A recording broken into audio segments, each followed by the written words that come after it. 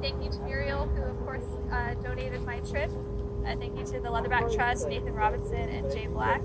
Thank you to the Earthwatch Institution. Thank you to my Tropical Gallery team that helped cover me while I was gone, and of course the aquarium and management that sent me on the trip.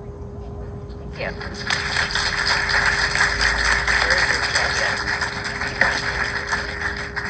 Bring the house lights up. We've got time for a couple of questions. Who has the first one? We'll get your microphone over there. Thank you.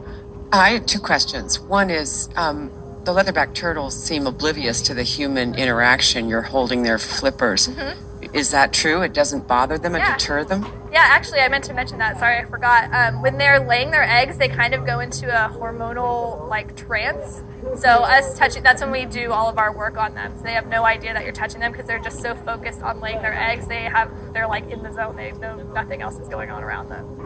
And then also, do you have any research on how the turtles come back after 30 years to the same natal beach? Yeah, it mostly has to do with the Earth's magnetic field. They can follow those lines in our Earth's magnetic field, and that's how they know where to go.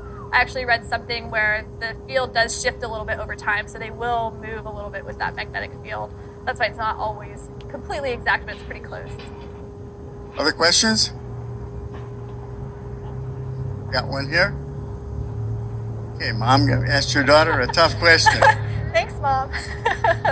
Well, just like she had asked if when the poachers were trying to steal their eggs, I mean, don't they know what's going on at all? No, so the way even we would collect eggs for the hatchery is you kind of put a bag in the egg chamber, and then that would catch all of the eggs in that bag, and all you have to do is lift it right out. Right. Also, poachers would take sea turtles for their meat as well, so they're not just taking the eggs. And so when the poachers,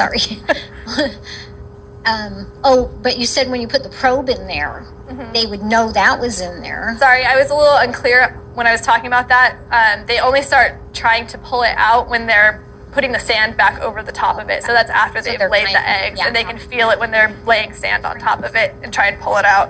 Okay, we'll take one more if someone has a question. Anybody? Right there, okay. Hi. I walk on Sunset Beach every morning. Last winter, the leatherback male had washed up on the shore there. I didn't realize they came up that far. Yeah, they can do those huge migrations. I'm not sure that is this particular population, but I think think it might be. I'd have to look back at the map. I'm sorry. But yeah, they might be shifting their migrations as well further north. But they do migrate all over the world, so it could be something happened out at sea and it washed up from that, because they will migrate pretty far. So before we thank Lauren for an outstanding lecture, the next lecture will be on March 19th, Wendy Schmidt. Wendy Schmidt is the president of the Schmidt Ocean Institute and the Schmidt Family Foundation. Eric Schmidt, her husband, was one of the founders of Google, and they are one of the largest supporters of oceanographic exploration. They have a ship, the Falcor, and she's going to be talking about why ocean exploration is important, what the Falcor is doing, how they're collaborating with Bob Ballard and NOAA and others. 7 o'clock on the 19th. And thank you for an outstanding lecture, Laura. Thank you so much.